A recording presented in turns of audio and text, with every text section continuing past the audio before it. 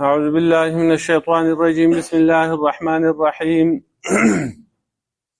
يسألونك عن الخمر والميسر قل فيهما اسم كبير ومنافع للناس واسمهما أكبر من نفعهما ويسألونك ماذا ينفقون قل العفو كذلك يبين الله لكم الآيات لعلكم تتفكرون في الدنيا والآخرة. ويسألونك عن اليتامى قل إصلاح لهم خير وإن تخالطوهم فإخوانكم والله يعلم المفسد من المصلح ولو شاء الله لأعنتكم إن الله عزيز حكيم. ربط د مخکې سردار چې مخکې د جهاد او د انفاق مسائل بیان شو.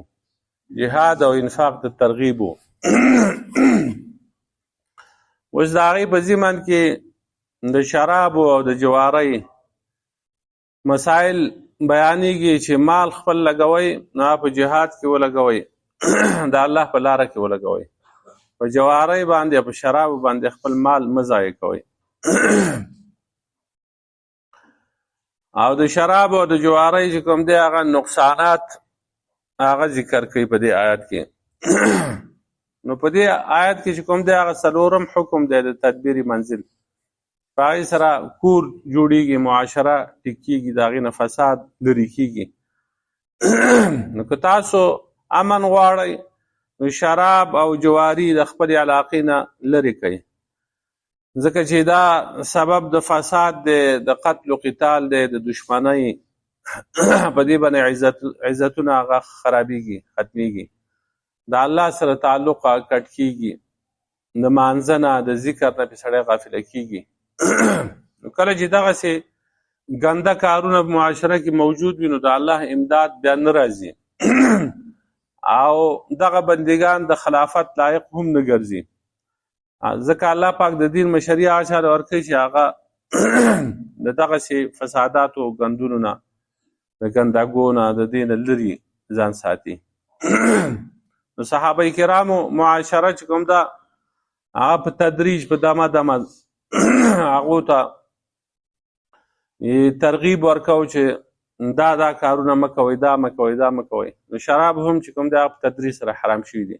شان نزول د دې دا دی چې په اول کې شراب او جواري دا حلال و، نو بعضې صحابه کرامو هغو به شراب هم څښل.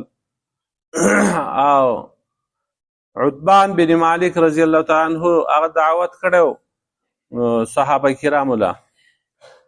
نو کله چې د ماښام ډوډۍ وخوړه نو بیا سعد بن ابي وقاص رضی الله عنه چې کوم دی هغه اشعار وې، هغه کې د انصارو هجوه وه، د هغو بدي پکې بیان شوې وه او د خپل قوم صفت یې پکې وکړو. نو دا او شراب یې څښلي وو، د دغه طعام او د خوراک نه وروستو شراب وڅښل کسانو. نو بیا د دا اشعار وې. نو یو صحابي انصاري صحابي په هغه باندې دا خبرې بدې ولګېدې، دا اشعار. نو اوښ یو جامه وه هغه یې راپرېښوه، نو د سعد بن ابي وقاص رضی الله تعالی عنه په سر باندې هغه جامه ولګېده، هغه جو مات شو، وینې شو. هغه راغی نبي علیه السلام ته شکایت یې وکړو چې دې سړي زه په ویشتلی یم. نبي علیه السلام بیا دعا وغوښته چې خدا پاکه موږ ته د دې شراب او د جوارۍ په باره کې یو شافي بیان نازل کړي. بعضې وایي چې دا د عمر رضی الله عنه په دعا باندې چې اللهم بین لنا فی الخمر بیانا شافیه، یا الله موږ ته په شرابو کې یو صفا بیان راولېږي چې موږ پوه شو. مطلب یې دا و چې دا حرام شي، په دې کې نقصانات. نو دا آیتونه نازل شو. شرابو او جوارۍ کې معمولي فایدې شته خو ګناهونه او نقصانات یې ډېر دي. نو د دې وجې نه د دې نه ځان ساتل پکار دی. بل روایت کې راځي چې عبدالرحمن ابن عوف رضی الله عنه هغه صحابه کرام له دعوت کړی، نو طعام یې وخوړ او بیا د هغې نه وروستو علی ابن ابي طالب رضی الله عنه هغه یې مانځه ته مخکې کړه، ماښام مونځ و. نو هغه قل یا ایها الکافرون لا اعبد ما تعبدون په ځای باندې وي اعبد ما تعبدون. تو وایه پیغمبر صلی الله علیه وسلم ای کافرو اعبد ما تعبدون، زه عبادت کوم د هغه بوتانو چې تاسو عبادت کوئ. معنا خو بدل شوه. بدل شو. نو دا نو بل آیت را نازل شو لا تقربوا الصلاة وانتم سکارى. ای خلکو تاسو شرابو ته مه نږدې کېږئ او حال دا دی چې تاسو په نشه کې. نو کوم کسانو چې بیا شراب څکل نو د ماسخوتن نه وروستو به یې څکله د سهاره پورې بیا نشه ختمه شوې وه، یا د سهار نه تر غرمې پورې بیا ماسپښین لمونځ به چې شروع کېدی هغې پورې به نشه ختمه شوې وه.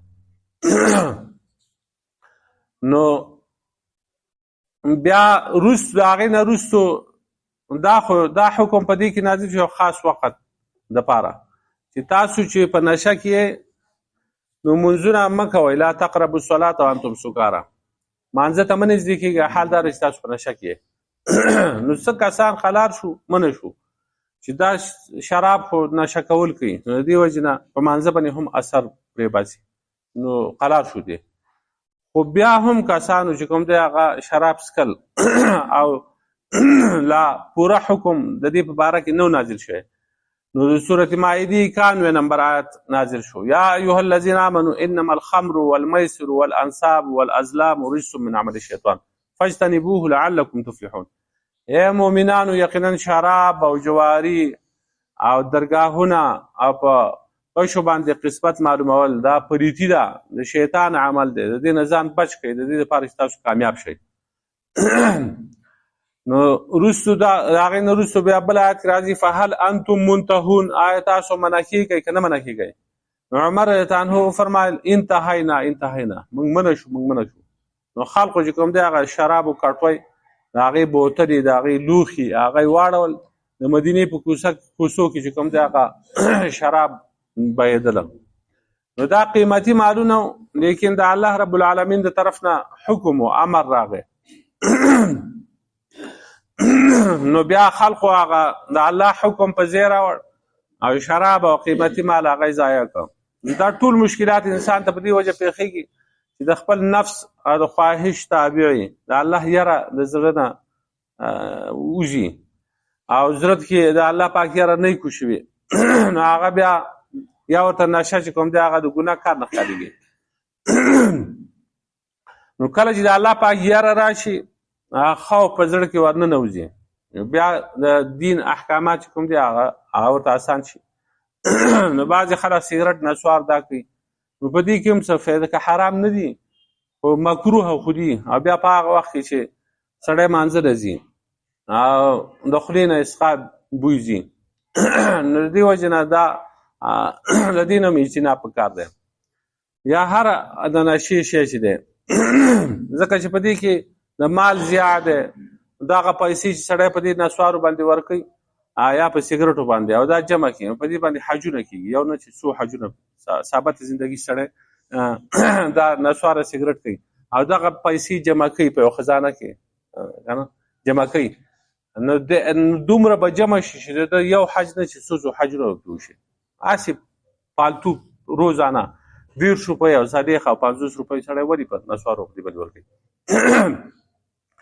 نو تفسیر سراج منیر کې التسهیل کې لیکل دي چې په دې آیات سره دا کوم آیات چې موږ ولوستو په دې سره شراب حرام شوي دي، ځکه په دې کې وایي فیهما اسم کبیر، په دې کې ډېر غټ ګناه دی. چې د ګناه تصریح وکړه نو دا دلیل دی په تحریم باندې، دا حرام دي. او مشهور قول دغه شان نزول چې موږ بیان کړو د هغې نه معلومیږي چې شراب چې دي دا په دمه حرام شوي دي. د اول د صحابه کرامو او د اسلامي معاشرې از ذهن سازی شوي ده او د هغې نه وروسته چې کوم دی هغه بیا حرام شوي دي. نو په دمه بعضې کارونه داسې وو په عربو کې چې هغه د عادت په طور باندې کېده، او بعضې چې کوم دی د عبادت په طور کېده. نو د عبادت په طور باندې چې غلط رسمونه کارونه به کېده، نو په هغې باندې ډارې قرآن چې کوم دی هغه رد کړ دی، هغې کې بیا د چا لحاظ زده کړی، لکه د بوتانو عبادت وغیره، نظر منښت د غیر الله په نوم باندې، دا دې کې بیا وخت نه دی ورکړی. قرآن چې نازلېده په مکه کې هم نو په شرک او کفر په دې باندې ردونه کوله، او بعضې د عادت په طور باندې دا لکه شراب او دا جواري خلکو هم د ریا او د سمعت او د دې لپاره کوله چې په دې کوم پیسې موږ ته حاصلې شي دا غریبانان له ورکوو، نو د عادت په طور باندې. نو په هغې کې داسې وله ذهن سازي ورکړې ده، نو چې هغه پوه شوي دي په مسله باندې چې په دې کې ګناه دی، دا کار ښه نه دی، نو بیا یې په خپله بس کړ دي. نو قانون او دا دی چې یو شی چې کوم دی په هغه کې مصلحت ومي او مفسدت پکې ومي، فساد پکې ومي، خیر پکې ومي، شر پکې هم وي. نو دواړو ته به کتلی شي. که خیر غالب و په شر باندې نو بیا لږ شر ته به سړی نه ګوري، دغه خیر ته به ګوري. او که شر غالب و په خیر باندې نو بیا د دې پرېښودل پکار دی، دغه خیر ته کتل نه دي پکار دی، ډېر شر ته کتل پکار دی. او که دواړه چې کوم دی هغه شر او خیر برابر سرابر و نو بیا هغه کار پرېښودل پکار دی، بل کار شروع کول پکار دی، د هغې نه ځان بچ کول پکار دی. دا قانون دی. نو مصلحت په شرابو کې هم لږې فایدې هغې کې خو هم شته، لکه طبیبانو چې کوم دی د دې فایدې بیان کړ دي، حکیمانو د مسلمانانو غټ دغه شو ساینسدان او غټ ډاکټر ابن سینا چې کوم دی هغه یو کتاب لیکل دی طب کې، نو په هغې کې د هر شي خواص ذکر کړ دي، د دې خوراکونه او د دې دا پی، لکه د پیو دا فایده ذکر کړ ده چې دا پی سړی وڅکي نو دا څلور اخلاق دي په انسان کې، وینه ده، بلغم او سودا او صفرا. هغه صفرا چې کوم دی هغه بیا زیړی دی، او سودا چې کوم دی هغه پښتو کې هم موږ سودایي ویو، هغه دا فکر او سوچونه او داسې څیزونه په دې دا زیاتوي. نو دا پی چې ورسېده کته کوم شی غالب و په هغې کې، په چا کې بلغم غالب و دا پی د هغې سره میلاویږي، دا بلغم ښه سیوا کوي. او که چا وینه سیوا وه نو دا پی د هغې سره میلاویږي، دا وینه سیوا کوي. او که سودا غالبه وه په دې بدن کې نو هغې سره میلاویږي چې ښه سړی دغه کې سودایي کوي. او که صفرا زیړی پکې غالب و په دې بدن کې جدا پی د هغې سره ملګری کېږي چې هغه صفرا او زیړی سیوا کوي، دا چل کوي. چاڼه ده، نو چاڼه چې کوم دی د هغې دغه بیان کړ دي ابن سینا چې چاڼه چې وخوري نو دا په ټولو خوراکونو کې زیات قوت ورکوونکی او تقویت ورکوونکی شی کولموله، هغه دا چاڼه ده، کولموله طاقت دا ښه ورکوي په ټولو څیزونو کې، دا لیکل دي. نو هغه بیا د شرابو فایدې لیکل دي، نو 50 فایدې د دې لیکل دي. نو بیا پرې راګرځېدل دی، نو د دې نقصانات لیکل دي، نقصانات 150 لیکل دي یو نیم سره. نو مطلب دا شو چې 3 حصې په دې کې نقصانات دي او 4 حصه فایده ده پکې. نو د 3 حصو نقصاناتو د وجې نه یو په 4 حصه نقصان کې سړی ولې چې کوم دی هغه واقع کېږي، 4 حصه خیر کې دا پکې فایدې دي. نو دغه شانتې هډوکي دا مضبوطوي، غمونه خفګانونه چې کوم دی دا په دې باندې ختمېږي. وایي جنسي قوت دپاره هم ښه دي، طبیعت په هغه ټایم کې سړی خوشحاله وي، تجارت کې په اسانه پې ګټه کېږي، دا پکې فایده ده.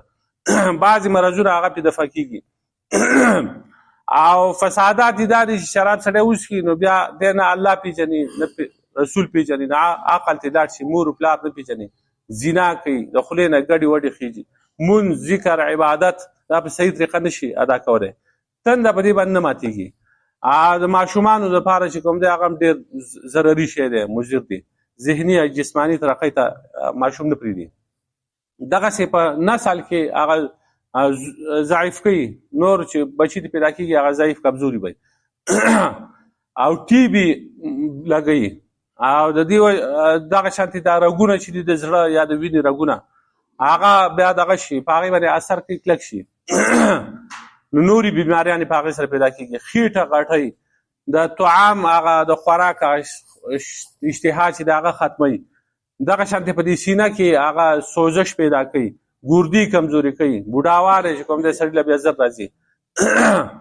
او مالي ضرر پکې هم د انسان هغه مالداري ختموي، د ښځې او د اولاد او دغه شانتې کوم کسانو نفقه چې په ده باندې واجب د هغې ته بیا فکر نه وي، بیا چې څومره پیسې پیدا کوي جو هغه په دې شرابو او په دې کې وړاوي.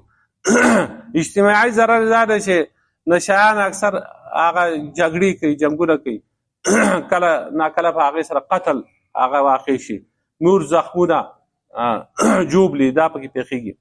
ادبي ضرر دا دی چې نشهیي سړی چې کوم دی هغه ذلیل او سپکي، خلقو پورې ټوکې کوي، مسخرې پورې کوي، د هغه حرکات سکنات دا ټول ګډوډي، کنځل کوي، بدې ردې وایي.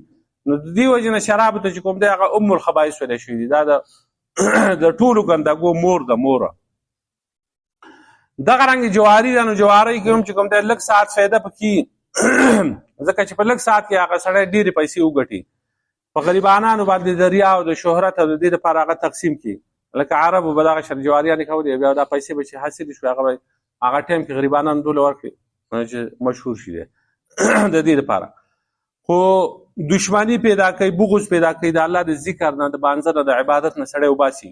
او مسلمان باندې ظلم د هغه نه هسې پیسې اخیستل دي که نه، په جواره کې هو د بل چا نه بغیر د عوض څخه پیسې اخیستل دي، دا ظلم دی. دغه شانتې سړي کې بیا غلط عادات پیدا شي، پیسې نه نو بیا غلاګانې کوي، ډاکې کوي. نو دا قاعده چې سړی وپېژني نو په سړي کې چې کوم دی هغه فقاهت هغه پیدا شي، نو ډېر مسایل په هغې باندې حل کېږي. نو دې وجې نه دې ته به ګوري چې په دې شي کې خیر څومره دی او فساد څومره دی. که خیر پکې سیواو بیا یې کوه، او که خیر پکې د شر نه کم او شر یې سیواو نو بیا نه کول پکار دی. نو دې وجې نه شیخ الاسلام ابن تیمیه رحمت الله علیه هغه د جهمیه معطله د دې خلقو سره ملګرتیا وکړه. هغه کسان چې هغه الله پاک چې کوم دی د چا سره مشابه ګڼي یا د الله پاک صفات نه ګڼي، مبتدعين ډلې دي. دا د تاتاریانو خلاف د جهاد فتوا ورکړه، د هغو سره ودرېده او دا کسان یې ځان سره ملګري کړه او وی چې تاتار چې کوم دی دا عظیم شر دی، غټه فتنه ده، دا کافر دي، دو ختمول پکار دي. او دا کسان چې دي دو کې شر شته، لیکن بیا هم د مسلمانانو نوم پې پروت دی. نو د دې وجې نه چې کوم دی د دو سره ملګرتیا دا اسانه ده. خو دغه تاتار خلاف چې کوم دی چې موږ ونه کړو نو هغه را باندې راځي، نو موږ نیست نابود کوي. نو د دې وجې نه هغه دا کار اوس لکه په دې زمانه کې چې کوم دی مصلحت دا دی چې د ایران سره ملګرتیا وشي. ایران اگر شیعګان دي هغه صحابه کرامو ته بد ردي هم وایي، عایشې رضی الله عنها باندې الزامات لګوي، داسې کنځل ورته کوي سپکې سپورې دغه. خو به هر حال بیا هم مسلمانانو نوم خو پیدا کنه. نو د اسرائیل او امریکې په خلاف د دې ایران سره ملګرتیا پکار ده، ځکه چې د دوی دا شر کم دی او د هغو شر سیوا دی. نو د ایران سره ملګرتیا پکار ده، نو ځان به هم سړی بچ کړي او د هغو د شر نه به هم سړی بچ شي. نو دا او د دې نه دا هم معلومه شو د دې آیات نه چې بعضې څیزونه چې کوم دی په هغه هر څومره بدي خو څه نه څه فایدې په هغې کې، نو خلق بیا په دلیل کې دغه فایدې چې کوم دی هغه ذکر کوي چې دا کې دا فایده دا فایده ده، خو د هغې هغه شر هغه سیوای د هغې ده. لکه ټي وي شو، وی سی آر او دغه رنګې ریډو نور ایجادات چې کوم دی هغې کې هغه شرونه سیوا دي، شرونه او خیرونه پکې هم شته. نو خلق بیا هغه خیر صوتي چې په دې کې دا فایده دا فایده ده، نور هغه شر ته نه ګوري. نو دې وجې نه وفرمایل چې یسألونک عن الخمر، دا خلق ستانه تپوس کوي په باره د شرابو کې، والمیسر او په باره د جواره کې. قل فیهما اسم کبیر، ته ووایه په دې کې ګناه دی ډېر زیات، ومنافع للناس او فایدې دي دپاره د خلکو، واسمهما اکبر من نفعهما او ګناه د دې ډېر غټ دی د دې د فایدې د دې دواړو د فایدو نه. ویسألونک ماذا ينفقون نو خمر چې کوم دی هغه شراب دا دي چې هغه خمر اصل کې پټوالي ته ویل کېږي. نو خمر شرابو ته د خمر ځکه وایي چې دا عقل پټوي، په هغې باندې پرده راولي، پرده. او په اصطلاح کې دا د انګورو کچه اوبه دي چې سختې شي، جوش ووهي او زګونه ګزار کړي، نو دې ته ویل کېږي.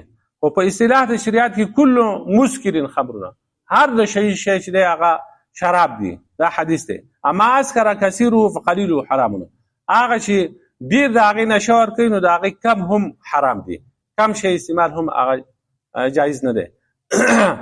یا لکه حدیث کې راځي عمر رضی الله عنه چې کوم دی نبي علیه السلام په منبر باندې خطبه ورکړه خلقو ته، یا خلقو په کوم وخت کې شراب حرامېده نو په هغه وخت کې شراب چې کوم دی د دې 5 څیزونو نه جوړېده، د انګورو نه، د کجورو نه، د ګبین نه، د غنمو نه، د وربشو نه. بیا وی والخمر ما خامر العقل، او شراب چې دي دا هغه دي چې دا عقل خرابوي او په عقل باندې پرده راولي. نو د دې وجې نه د دې حکم بیا عام دی، دا هر هغه شی چې نشه ورکوي نو دا حرام شو. د هغې نه ځان ساتل پکار، هغه که بنګ دی او که چرس دی او که بل څه شی دی یا آیس او یا پوډر او دا ټول حرام دي. والمیسر او میسر جواری، میسر چې کوم دی د یسر نه دی، یسر اسانۍ ته ویل کېږي. نو په دې سره په اسانۍ سړی مال ګټي، نو ځکه ورته دا وایي. نو عبدالله بن عباس رضی الله عنه فرمایي چې په میسر او په دې جوارۍ کې دا څیزونه هم شامل دي، چاکا او لډو. او بیا خاص کر چې په هغه وخت کې چې په هغې جواري کوي پیسې پکې ږدي دا چاکا اسی هم دا لډو چې دی که نه دا اسی هم حرام دی، د دې لوبه حرام ده. او په دې باندې ډېر شي حدیث یو حدیث کې راځي څوک چې دا د نرد شیرو ته وایي دا لوبه کوي نو هغه د خنزیر په غوښو کې خپل لاسونه وهي. داسې حدیث دی او دا صحیح حدیث دی. نور په دې باندې مستقل کتابونه خلکو لیکل دي، رسالې دا لیکلی شوي دي. نو دا چاکي ماکي چې کوم دی دا کور کې دا ماشومان اکثر ورسره یي که نه دا مه پرېږدئ دا حرام دي. دغه رنګې دا سترنج شو یا منظري یا غلبه یا په غوزانو باندې یا بلورو په دې باندې لوبې کوي، کریم بورډ شو یا تاشونه یا بانډونه دا ټول چې کوم دی حرام دی. او بیا خاص کر په هغه وخت کې چې جواري به کوي هغې پیسې مقرروي پیسې چې کوم دی چې که تا وګټله چې دومره پیسې 1000 روپۍ بدل درکوه که ما وګټله ته به 1000 روپۍ راکوې دغه دا په دغه وخت کې بیا خو په دې کې څه شک نشته او بیا جواري ده. یا دا پرایز باند انعامي بانډونه دغه څیزونه چې کوم دی دا هم ټیک نه دي، د دې نه ځان ساتل پکار دي. ویسألونک ماذا ينفقون دا خلق ستان تپوس کوي په باره د دې کې چې دوی څه خرج کړي. عبدالله بن عباس رضی الله عنه فرمایي چې صحابه کرام نه کسان کله چې هغوی د الله په لاره کې د انفاق او د صدقې امر هغو ته وشو نو هغو نبي علیه السلام ته راغلل نو ویې چې موږ ته پته نشي چې موږ کومه نفقه وکړو او څه شی موږ خرج کړو څومره خرج کړو. نو دا آیت نازل شو چې دا خلق ستانه تپوس کوي په باره د انفاق کې ویسألونک ماذا ينفقون څه شی خرج کړو قل العفو نو ته ووایه زیاتې کړی شی کذلک یبین الله لکم الآیات لعلکم تتفکرون. دغه رنګ الله پاک بیانوي تاسو آیاتونه د دې لپاره تاسو فکر وکړئ زیاتې کړی شی. نو زیاتې کړی څه شی دی ما فضل عن حوائجکما چې ستاسو د ضرورت نه سیوای چې په خپل ځان باندې د خپل اهل و عیال او د کډې د خرچې نه او د لباس نه د استوګنې نه د خادم او د دې نه سیوای دقه جو خرج کوئ قل العفو دا خرج کوئ قل انفقوا العفو ته ورته ووایه چې خرج کوئ زیاتې کړی شی. بعضې وایي چې ما سهوله انفاقه ولا یضرهم اخراجه چې ویستل د هغې اساني د هغه ماله او سړي ته ضرر نه رسوي د هغې ویستله یعنې د هغه په سړي باندې د هغې ورکول اساني او د ده مال ته ډېر نقصان نه رسوي دغه عفو ده.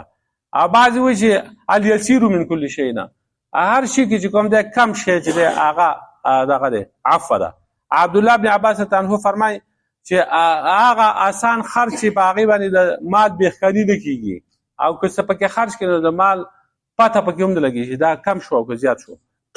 حسن بصري وایي چې ما کان من غیر اسراف ولا تقدیر نه درمیانه خرج کوه ده نه پکې اسراف یا نه پکې کمې خو دا اول قول چې کوم دی دا غوره دی چې هغه شی چې ستا د ضرورت نه سیوا دی هغه خرج کوه. خیر الصدقه ما کان عن ظهر غنى وابدأ بمن تعود حدیث کې راځي چې غوره صدقه هغه ده چې هغه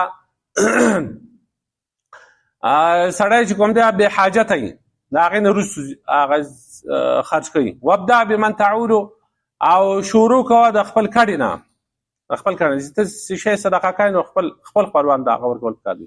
بل یو حدیث کې راځي ابو هریره عنه فرمایي یو سړی راغی ویل د الله رسول صلی الله علیه وسلم ما سره یو دینار دی زه دې سره څه چل وکړم نو نبي علیه السلام ورته وویل چې دا خرج کا په خپل ځان باندې نو هغه ما سره بل دی نو نبي علیه السلام ورته په خپل اهل باندې خرج کا هغه ما سره بل دینار دی نبی علیه السلام ورته په خپل بچو خرج کا هغه ما سره بل دینار دی نبی علیه السلام ورته په خپل خادم باندې خرج کا نو ما سره بل دی نو نبی علیه السلام یې تخ پوهېږي په دې باندې چې کوم ځای ته خخ کاري خرج کولو هغه ځای کې خرج کا چې کوم ځای ضرورت شو هلته خرج کوه.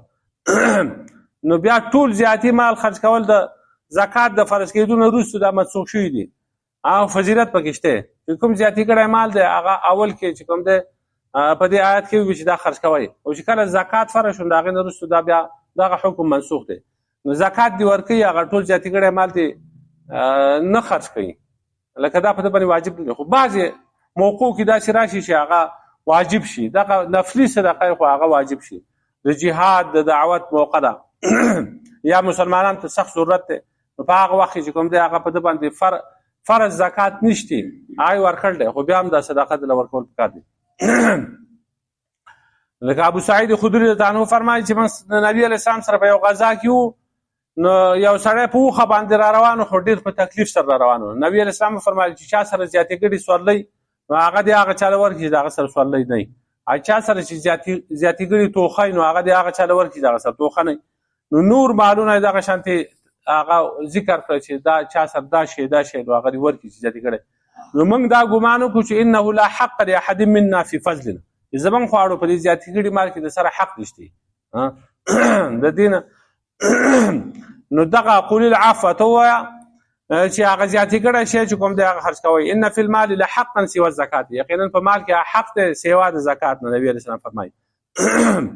نو په دې آیاتونو او په دې احادیثو کې ترغیب دی دې ته چې خپل آرام او سکون او دې ته خو ته ګورې، خو د دې خلقو د نورو خلقو حالاتو ته هم وګوره. دا مه کوه چې د مار په شان د دې مال باندې هغه ته نسکور شوی او بل چاله نه ورکوي. په خپله چې کوم دی هغه په فومونو باندې خوب کوي، په نرمو بسترو باندې ایر کنډیشن درته چلېږي، یخې اوبه څښي، پل فروټ هغه استعمالوي. او بل سړی چې کوم دی په ګاونډ کې وږی دی، دا نه ده پکار، د هغه خیال ساتل پکار دی. یو سړی داسې دی چې د هغه فوټپات باندې هغه شپه تېروي، هغه سره بستره او بالښت نشته او ته په مزو کې. نو اسلام وایي چې دا مه کوه، د سره هم تعاون کوه چې دغه غربت او د دې نه راوځي. کذلک یبین الله لكم آیاته لعلکم تتفکرون فی الدنیا والآخرة. دغه رنګ الله پاک بیانوي تاسو ته آیاتونه د دې لپاره تاسو فکر وکړئ په دنیا او په آخرت کې. ويسألونك عن اليتامى قل اصلاح لهم خيرا، او دا خلق سان تاسو کوي په اړه د یتیمانو کې نو ته وایي اصلاح د دوی لپاره غوره ده. وان تخالطوهم فاخوانکم، او که تاسو د دوی سره شریک او ګډ وډ خوراک کوئ نو دا ستاسو ورونه دي. والله يعلم المفسد من المصلح، الله پاک پیژني هغه مفسد د مصلح نه، چې څوک فسادي دی هغه پیژني الله پاک. دا هغه څنګه چې هغه په زړه کې او په نیت کې اصلاح ده. ولو شاء الله لاعنتکم، او که الله پاک خوښه وي تاسو په مشقت کې غورځولي وي. ان الله عزیز حکیم، الله پاک زورور دی حکمت والا دی. نو فی الدنیا والآخرة، د دې لپاره تاسو فکر وکړئ په دنیا او په آخرت کې. نو د دې دوه مطلب دي، یو دا چې فی شأن الدنیا والآخرة، د دنیا او د آخرت دواړو لپاره فکر وکړئ. ټول مال ورکړئ نو ځان له بیا څه چل کوي، بیا به سوال کوي. نو د خپل دنیا سوچ پکې هم کوه او د خپل آخرت چې کوم دی هغه سوچ هم کوه چې ټول مال ځان ته منې کوي نو دا ټول چې تا ته پاتې شي نو د آخرت لپاره هم څه لیکل غواړي، نو د هغې لپاره هم سوچ کوه. دا مطلب دی. یا تتفکرون فی زوال الدنیا و اقبال الاخرة، د دې لپاره تاسو فکر وکړئ په هغه زوال د دنیا کې. دا دنیا ختمېدونکې ده، آخرت را روان دی. نو چې دا د دنیا د زندگی ختمه شي او آخرت ما باندې مخامخ شي نو بیا به یو څه عمل خو زما په کار دی که نه چې هغه د الله په دربار کې قبول شي چې ما پرې وبخي. دا مطلب دی. بیا وایي چې دا خلق څنګه تپوس کوي په باره د یتیمانانو کې. یتیمانانه کله چې دا آیتون نازل شو چې ولا تقربوا مال الیتیم الا بالتي هي احسنه، منې ځکېږي مال د یتیم ته مګر په هغه طریقه چې ښه ده. یا بل آیت کې راځي ان الذين یاکلون اموال اليتامى ظلما انما یاکلون فی بطونهم نارا، یقینا کسان چې هغه د یتیمانانو مال خوري یقینا هغه په خپل خېټو کې اور اچي. نو صحابه کرام وېریدل ځکه ډېرو کورونو کې چې کوم دی هغه یتیمانان موجود وو چې د دوی سره چې موږ یو ځای پخلی کوو نو هغه مشکل دی، که جدا کوو نو هم مشکل دی. نو دا به اوس څه کېږي؟ بعضې داسې صورتونه پېښ شي چې د هغو لپاره جدا خوراک پخلی وشي. اوس هغه مول دی هغه یتیم نه خوري هغه ټایم کې، نو یا ضایع شي یا سبا له به چې کوم دی هغه وچه ډوډۍ خوري، هغه وچه پاتې شو نو هغه به خوري. او دلته به دوی ځان له هغه تازه پخ کړي هغه به ګرمی نو هغه به بیا کډېږي دې ته. نو دا مسایل پېښ شو چې په دې کې به موږ اوس څه کوو. نو دا حکم نازل شو چې خیر دی دا ماشومان چې کوم دی یتیمانان مال خیال ساتئ، هغه په تجارت باندې ورکوئ، په هغې کې ګټه کوئ او دغه مال که د هغو سره یو ځای چې کوم دی تاسو اندازه ولګوئ چې مثلا د 8 کالو یو یتیم دی ستاسو کره هغه ستاسو په کور کې بل یو ماشوم دی چې هغه د 8 کالو دی. نو د هغه 8 کالو هغه ماشوم څومره خوراک خوري چې هغه لپاره یو موټی وړه تاسو هغېږئ یا که څومره ورله دغه کوئ یوه ډوډۍ خوري یو نیمه خوري نیمه ډوډۍ خوري. دا هغه شانتې وړه هغه زیاتې ګټې د په دې کې اچوه په دې خپلو کې یو هغه به د سره هم خوري شریکه. او کنګولی چې کوم دی هغه یو ځای پوخ کوي خو چې مراد مقصد تاسو چې کوم دی هغه اصلاحي د هغو مال خرابول نه وي. بعضې خو داسې چې هغه زه یو چټاکۍ غوړي به خپل واچوم، یو پاو به پکې د یتیم دا واچوم، او یا یو موټی اوړه به پکې خپل واچوم، دا نور د دې چې ختم شو بیا خیر نور به واخلو، دغه به پکې واچوم. دغسې نه، قل اصلاح لهم خیر. ته ووایې چې اصلاح د دوی لپاره غوره ده. وان تخالطوهم، او که تاسو شریک او ګډ وډ د دوی سره خوراک کړئ، فاخوانکم، نو ستاسو وروڼه دي، تاسو د دوی خیال ساتئ. الله پاک د هغه مفسد او مصلح معلوم دی چې څوک فساد کوي او څوک چې کوم دی د دوی په مال کې اصلاح کوي، هغه الله پاک معلوم دی.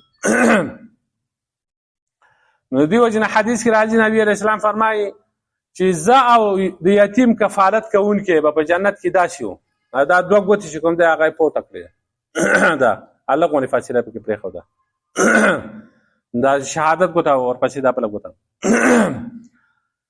او څوک چې د یتیم مال خوري نو هغه خو انما یاکلون فی بطونهم نارا، هغو خپلو خېټو ته اور اچوي. ولو شاء الله لعنتکم، که الله پاک خوښه وی نو تاسو به په مشقت کې غورځولي وی، نو تاسو به وایي چې تاسو دوله جدا پخوئ، ځان جدا پخوئ، نورې ستړې پکې ډېرې وي، نو په دې ستړو کې بیا مبتلا شوی.